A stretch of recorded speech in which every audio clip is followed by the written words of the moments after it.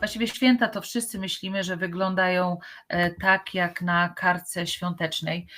Jest śnieg, oczywiście jest zima, pięknie to wszystko wygląda. W Australii też się wysyła kartki świąteczne, oczywiście, które mają śnieg, natomiast bardzo dobrze wiemy, że nie jest tak absolutnie w Australii, dlatego że w Australii wtedy święta wyglądają trochę mniej więcej tak. Pamiętam, jak żeśmy się osiedlili w Australii ponad 50 lat temu i zamierzaliśmy wracać do Polski. I potem, jak już nam się urodziły dzieci, stwierdziliśmy z mężem, że musimy bardzo szybko wracać do Polski, bo jeszcze możemy do tego dojść, że nasze dzieci będą tęskniły za świętami Bożego Narodzenia w słońcu w Australii, tak jak my tęsknimy za Bożym Narodzeniem w śniegu. Znaczy, to jest to, że nawet tutaj teraz właśnie zauważyłam, że ja nawet jak robiłam prezentację, to ostrokrzew oczywiście nie rośnie w Australii, ale jest jako symbolem świąt, więc nawet myśląc o tym, jakie dać dodatek do prezentacji na temat świąt, to oczywiście też w końcu wybrałam podświadomie, całkiem podświadomie takie symbole, które są bardzo świąteczne z północnej półkuli, a w ogóle nie istniejące na południowej półkuli, więc to też właśnie takie, teraz to dopiero zauważyłam, ale jest to faktycznie dziwne, tylko że właśnie to przeplatanie między tym, co jest zimne, a tym, co jest gorące, to naprawdę stwarza taką bardzo ciekawą atmosferę świąteczną, gdzie te święta chyba nie wiedzą, w którą stronę iść, albo w tą zimną, albo w tą gorącą i ciepłą, i słoneczną znaczy się, natomiast chciałyśmy to podzielić trochę na właśnie święta i po świętach.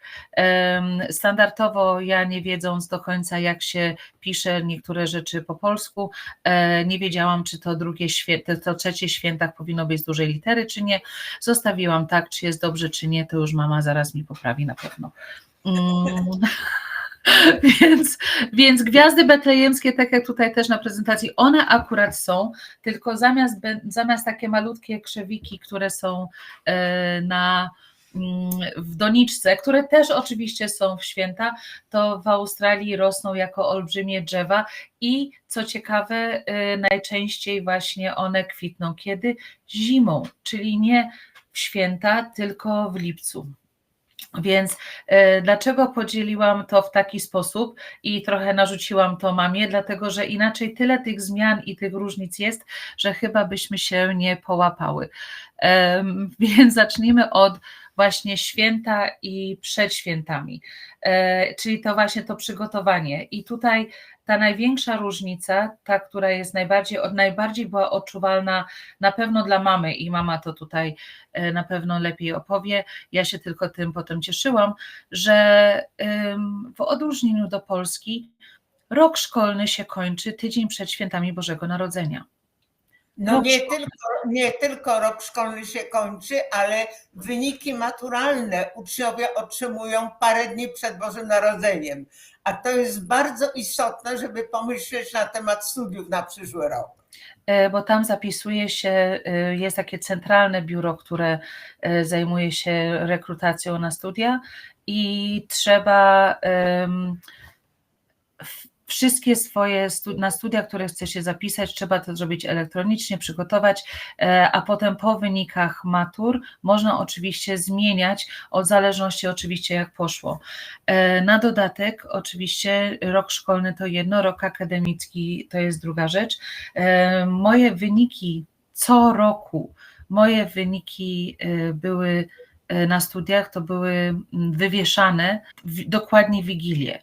I jeździłam w Wigilię, jeszcze jeden punkt programu przed Wigilią, to było jechanie na uczelnię, żeby sprawdzić na listach, jak mi poszło, to było według numeru, więc szukało się własnego numeru i jak poszły egzaminy, tego się nie wiedzieliśmy wcześniej, a wysyłane dopiero były po świętach, więc jest to całkiem inaczej, bo oczywiście po zakończeniu roku szkolnego jest się zmęczonym, ma się wszystkiego już serdecznie dosyć, a tutaj po prostu trzeba się wziąć za przygotowanie do świąt.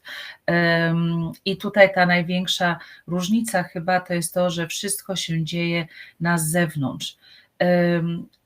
Zaskoczyło to mnie w Polsce, że wszystko oprócz oczywiście jarmarków świątecznych dzieje się wszystko w środku. I oczywiście jest to związane z pogodą, tylko że widząc na przykład, ja po raz pierwszy w życiu widziałam śnieg dopiero jak miałam 27 lat i byłam w Polsce, właściwie 28.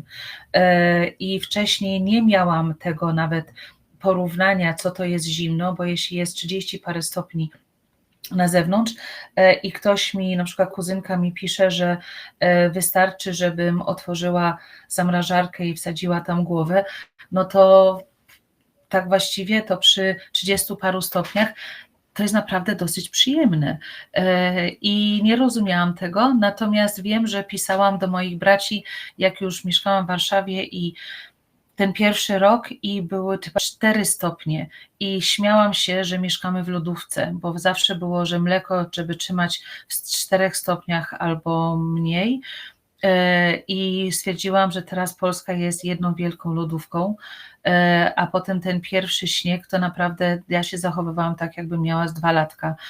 Bawiłam się tym, bo to było naprawdę coś przedziwne i to było dokładnie tak, jak było na tych kartkach świątecznych, więc to wszystko w Australii jest to takie połączenie, że chciałoby się dążyć do tej wizji północnej półkuli, ale z drugiej strony nie do końca.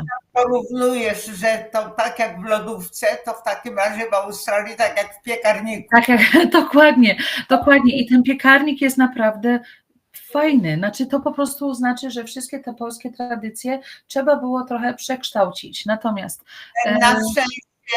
na szczęście my mieszkamy w takim miejscu, kiedy wieczorem dochodzi już bryza oceaniczna. Więc tak, wieczorem jest troszeczkę chłodniej, troszeczkę ale chłodniej. nie można czekać na pierwszą gwiazdkę, bo to jest najdłuższy dzień w roku. Najdłuższy dzień, dokładnie. Więc tutaj to takie zdjęcie, że jest choinka, oczywiście zazwyczaj plastikowa, znaczy sztuczna, dlatego że no liche wyglądają te drzewka takie stojące, czasami ktoś ma prawdziwe, no chyba, że stui sobie ktoś utnie, tak jak myśmy czasami robili. Natomiast ja mam taką wizję, rozmawiałyśmy z mamą o takich naprawdę lichych, to były sosenki, nie wiem jak to było, mamo, jakie to były drzewka? Co tutaj są choinki, znaczy w Australii? Choinki to jest sosna, ta sosna z długimi szpilkami, wejmutka. To jest właśnie typowe, ale one wyglądają opłakanie. Stoi na przykład w słońcu 40-stopniowym, sprzedają choinki na jarmarku takim z obwisłymi gałązkami, aż po prostu żal patrzeć. No, ale one są, no tak, przepraszam. Ale te choinki są, był czas, co myśmy mieli, stała w wiaderku z wodą i lód wrzucaliśmy, każdego ranka dorzucaliśmy kostki lodu do tego wiaderka i 4 dni utrzymała się. Tylko umówmy się, że to nie zawsze jest 40 stopni, to czasami jest 20 parę, ale to wtedy różnica jest tylko taka, że rano, że w dzień jest 27, a w nocy jest 24, więc to zależy, bo na przykład czasami wtedy to się mówi, że są to chłodne święta. No ale oczywiście tutaj jak widzimy, że jest właśnie to polskie i jest kilim, co byśmy nazywali dywanem na ścianie i kartki świąteczne, bo oczywiście to jest też i polska, i bardzo anglosaska tradycja kartek i rozdawania kartek. Kartki się rozdawało w szkole podstawowej całej klasie, że się pisało kartki i dla nauczyciela i też wysyłało się ogrom kartek, co znaczy, że poczta nawet była dostarczana w te tygodnie przed świętami nawet 3 razy dziennie, ale potem po świętach poczta jest zamknięta przez kilka dni po to, żeby dać wolne za te wszystkie dostawy i to wtedy nie tylko teraz jak paczki, tylko kartek świątecznych. I ważne były, żeby doszły przed świętami. Więc tutaj... Proszę? Teraz o Wigilii. Teraz o Wigilii. Tak. No i właśnie tutaj te święta, jak one wyglądają, że takie dążą do północnej półkuli, ale czasami nie do końca. I że no i właśnie święta. Święta, dużo zdjęć nie robimy, prawda? Nie mamy takiego zwyczaju. Jest zwyczaj oczywiście, że mieliśmy zwyczaj, że zanim siadaliśmy do Wigilii, to dzwoniliśmy do Polski, prawda, mamo, żeby złożyć życzenia, żeby tego. I teraz na przykład jak mama i tata dzwonią do mnie, to jest to zawsze takie też przedziwne, że oni już siadają do Wigilii, a my dopiero wstajemy rano, bo jest 10 godzin różnicy, dlatego całkowicie inaczej to wygląda. Tutaj bardzo często mieliśmy pod winogronami, bo było chłodniej, przyjemniej i można było sobie po prostu dłużej posiedzieć i nie było to w słońcu, bo oczywiście później się robi ciemno, a też pasterka była o 22, jest wciąż o 22, bo australijska msza, czy angielska msza jest o północy, to znaczy, że trzeba było wywinąć się z Wigilią wcześniej. No, a o potrawach to już mama powie, bo więcej pamięta, jak to było z tymi. No, ja myślę, że te podstawowe potrawy, takie jak barszczyk z uszkami, jak ryba, z tym, że na pewno nie karp. Karp jest uważany tutaj za bardzo pośrednią rybę i jest niesmaczny. Raz kupiłam, ale niestety po prostu tylko symbolicznie, dlatego że nie smakował. Natomiast są różnego rodzaju inne ryby i inne owoce morza. Na pewno są bardzo krewetki.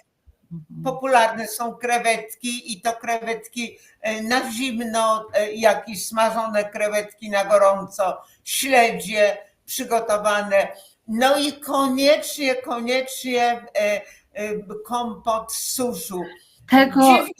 Tak, bardzo, znaczy dla mnie było to bardzo dziwne. Nie rozumiałam nigdy potraw świątecznych, aż nie przyjechałam do Polski, miałam pierwsze święta zimą, kiedy faktycznie zrozumiałam, że jest sens w tych daniach, bo na przykład bardzo często jedliśmy zimne tylko dania przed pasterką, a po pasterce dopiero było wystarczająco chłodno, znaczy było chłodniej trochę i chciało się może coś na ciepło zjeść. Więc ja rozumiem, że robiliśmy pierogi i były pierogi na święta, natomiast bardziej ryba po grecku na zimno było lepiej przyswajalnym daniem, bo po prostu było ciepło i nie jest to czas na takie ciężkie potrawy, więc tego nigdy, właściwie tak, po pasterce jedliśmy, albo inaczej, dojadaliśmy, bo wtedy chciało się dopiero jeść, bo wcześniej to się nie chciało jeść, a wiadomo było, że trzeba było, więc owoce morza, ryby i inne, czyli jakby pasujące do polskich dań tradycyjnych, tylko tak na swój sposób trochę, prawda? Tak, biegli się na pasterkę i na pasterce oczywiście spoceni, bo było bardzo gorąco i w kościeleśmy śpiewali: w nóżki zimno, żłóbek twardy, stajenka się chyli, tak jak na ironię. A to było naprawdę, więc tak naprawdę dopiero w Polsce wiedziałam, jak te potrawy i te tradycje odnoszą się do rzeczywistości, ale tak. To musimy powiedzieć, że to nie tylko my, bo na przykład nasze sąsiadki, irlandzka rodzina, tradycyjna bardzo, miały taki sam problem. One miały ten słynny pudding brytyjski, irlandzki, którego też nie można było jeść tak, bo po prostu on nie był na ten klimat, więc one mówiły, że one też rezygnowały z całego szeregu potraw tradycyjnych na takie lżejsze australijskie. No to jako żeśmy siadali do Wigilii wcześniej, to potem ten taki przerywnik między pasterką, znaczy między Wigilią a pasterką, to niedaleko jest taka ulica, w ogóle w całym Sydney jest kilka takich ulic, takich znanych miejsc, gdzie ludzie bardzo dużo poświęcają czasu i przygotowań, żeby domy oświetlać. I oczywiście jak zobaczycie, że to jest też właściwie pod zimne zrobione. Mikołaje, czyli są ludzie ubrani, bardzo często, bardzo chętnie opowiadają o tym, jak długo im to zeszło, ile tam było światełek, jakie mieli pomysły, skąd mieli pomysły.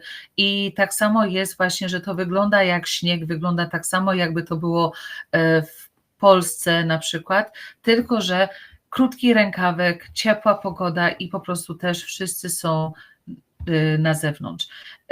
Idąc na Mikołaje ubrani tradycyjnie w czerwone kubraczki, spoceni, leci im biegają po ulicach i rozdają łakocie dzieciom, robią zdjęcia sobie z dziećmi. To też jest takie europejskie, ale jednak w Australii. No i właśnie jeszcze wracając do wyjścia potem z domu na pasterkę, bardzo dziwne, zawsze pamiętam, że to było dziwne, myśmy już jakby byli już było po Wigilii, już było po tym jakby tej najważniejszej części. Trzeba powiedzieć, że w Australii Wigilii się nie obchodzi. No właśnie, no właśnie. Tak, no właśnie o to mi chodziło, że idąc na pasterkę, ludzie jeszcze wracali ze sklepu, bo to był najdłuższy dzień, co jeszcze były rzeczy, wszystkie sklepy otwarte. Wracali z prezentami, z papierem do opakowania prezentów, z pizzą, żeby coś na szybko zjeść, bo trzeba przygotowywać na następny dzień. A my tutaj już jesteśmy jakby po Wigilii, po tej najważniejszej części, jakby tradycyjnej części świąt, i my idziemy na pasterkę, a oni jeszcze wracają ze sklepu, więc na nich dopiero następny dzień jest. I oczywiście też różne kultury w inny sposób obchodzą święta. Niektóre oczywiście w ogóle nie obchodzą świąt, ale też w taki sam sposób jak też kupują prezenty, też mogą brać to bardziej jako takie kulturowe święto. To coś na przykład jakby święto dziękczynienia z czy bez indyka, to już jest nieważne, ale samo to, że mogą spędzić ten czas z bliskimi i podzielić się na przykład prezentami. U nas prezenty były dopiero po pasterce, niestety, dlatego że chyba z 4 dzieci trudno było wymagać, żebyśmy byli grzeczni na pasterce, więc wiadomo było, że prezenty Mikołaj dopiero przynosi po pasterce, więc byliśmy wyjątkowo zawsze grzeczni na pasterce i to był ten sposób, żebyśmy dali radę. W Polsce oczywiście byłoby to trudno, bo pasterki są o północy, ale też ostatnio na przykład faktycznie w ostatnich kilku latach, szczególnie gdzie ja jestem, to zauważyłam, że są też wcześniejsze pasterki nawet o 20, co wtedy też można byłoby dopiero te prezenty otwierać po. Ale faktycznie czekaliśmy na to, żeby już wrócić do domu, zjeść coś, bo już było chłodniej i otworzyć prezenty, ale pamiętam też, były takie święta, kiedy było nam chłodno i byliśmy, uwaga, w bluzce z długim rękawem w kościele. Tak. No to już jest naprawdę, musiało być wyjątkowo zimne święta. No i pierwszy dzień świąt tutaj są właściwie od nas urodziny. Oczywiście tak samo jak wszędzie. Przygotowane, lekkie jedzenie, wszystko w taki sposób lżejszy, o ile się da, lżejszy niż europejski, czyli z takim dostosowaniem do pogody i w większości siedzenie na zewnątrz, dlatego że tam jest chłodniej. I przynajmniej jest przewiew, więc albo dopiero popołudniami, takim późniejszym, żeby to było pod wieczór, żeby było już trochę chłodniej, ale też, żeby było tak samo rodzinnie, tak samo tam jest gwiazda betlejemska, tak samo te kolory, które są świąteczne i tak, nie wiem, mamo, czy chcesz jeszcze coś dodać? Ale to tylko na zasadzie takiej ciekawostki, że kiedy po raz pierwszy przyjechali polscy księża to było w latach 50., opowiadał nam ksiądz, który w tej chwili ma 90 parę lat, i w ten czas chcieli odprawić pasterkę po polsku i lokalny kościół się zgodził, że mogą odprawić, ale nie w kościele, tylko w salce przykościelnej, dlatego że o 12 była pasterka po angielsku. Więc Polacy się zebrali, ksiądz był z nimi, ksiądz był przygotowany tak jak w Polsce, miał czarną sutannę, miał ornat, bo to było jeszcze przed soborem, i zaczęli śpiewać Lulajże Jezuniu po Komunii Świętej, wszystkie zwrotki, a ksiądz mówi, że jemu pot się lał ciurkiem, bo ta salka była nieduża, okna były niewielkie i nie było bardzo gorąco, i mówi, słucham, mówi, po raz pierwszy się nie mógł doczekać, kiedy Lulajże Jezuju się skończy, a tych zwrotek było bardzo dużo. Właśnie wspominał kiedyś niedawno o tym. Mówi, to była jego pierwsza pasterka w Australii, pierwsze Boże Narodzenie w Australii. No właśnie. No i po prostu dochodzimy i po świętach tradycyjnie jeździliśmy zobaczyć start regat z Sydney do Hobart. Bardzo dużo ludzi się wybiera właśnie wtedy nad zatokę i nad ocean, żeby pomachać jachtom, które wypływały. No i oczywiście w przygotowaniu na znów spędzenie czasu na zewnątrz, czyli na ognie i na oglądanie ogni, i Sylwestra, który też obchodziliśmy, pierw dzwoniąc do rodziny, którzy dopiero rano się przygotowywali, a po południu już było, a myśmy już mieli północ i witaliśmy, mówiliśmy, że jednak ten rok się skończył, następny już, a oni jeszcze byli w zeszłym roku. W gruncie rzeczy bardzo dużo było takiego przystosowania do tego, co jest w północnej półkuli, natomiast święta w latem nie są w żaden sposób mniej świąteczne, nie są w ogóle mniej prawdziwe przez to, że są latem, bo one są po prostu inne niż w północnej półkuli. I to jest to, co jest chyba najważniejsze. Natomiast jak się mnie pytają znajomi, przyjaciele, jak to jest, że takie nieprawdziwe święta, to im zawsze tłumaczę, że nigdzie nie jest napisane, że trzej królowie nie doszli do Jezusa przez zaspy śniegu. Więc to, że jest śnieg, jest to fajne, jak najbardziej, i uznaję, że polskie tradycje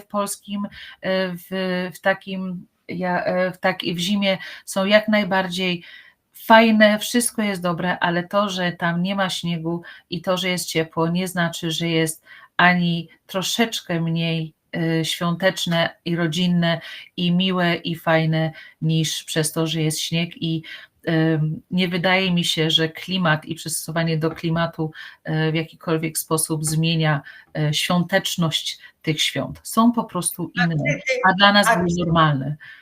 A czy ty tęsknisz za świętami słonecznymi w Australii? Tak. Ja uznaję święta zimne jak najbardziej, natomiast święta latem są całkiem inne. I jeszcze na sam koniec jeszcze dodam, że jest jeszcze jedna rzecz w tym poświątecznym czasie. Skoro się rok szkolny skończył chwilę ten tydzień przed Bożym Narodzeniem, to pierwszy raz, bo zawsze byłam albo w szkole, albo na studiach, albo pracowałam w szkole, po raz pierwszy w życiu, jak przyjechałam do Polski, po świętach 2 stycznia musiałam iść do pracy. I to było dla mnie tak ogromnie trudne, że po prostu było to nie do pojęcia, że potem nie ma się jeszcze całego stycznia wolnego. I to też było takie związane z świętami i Bożym Narodzeniem, co było bardzo trudne, czyli to, że to nie jest koniec i nie ma takiego oddechu, tylko po prostu idzie się dalej i dopiero końcem czerwca się kończy rok szkolny. I wszystkie przyjęcia świąteczne odbywają się w Australii przed świętami, Tak. bo nie tylko szkoły mają wolne, ale zakłady pracy zamykają, wyjątkowo tylko pracują osoby takie, które są niezastąpione, ale na przykład odbywa się remont wielkich fabryk w styczniu i wszystko jest pozamykane. Okej. No dobra, no to dziękujemy bardzo i zapraszamy do Australii na święta. Albo zrobić sobie australijskie święta w Polsce też można. Wesołych świąt życzymy Wesołych świąt.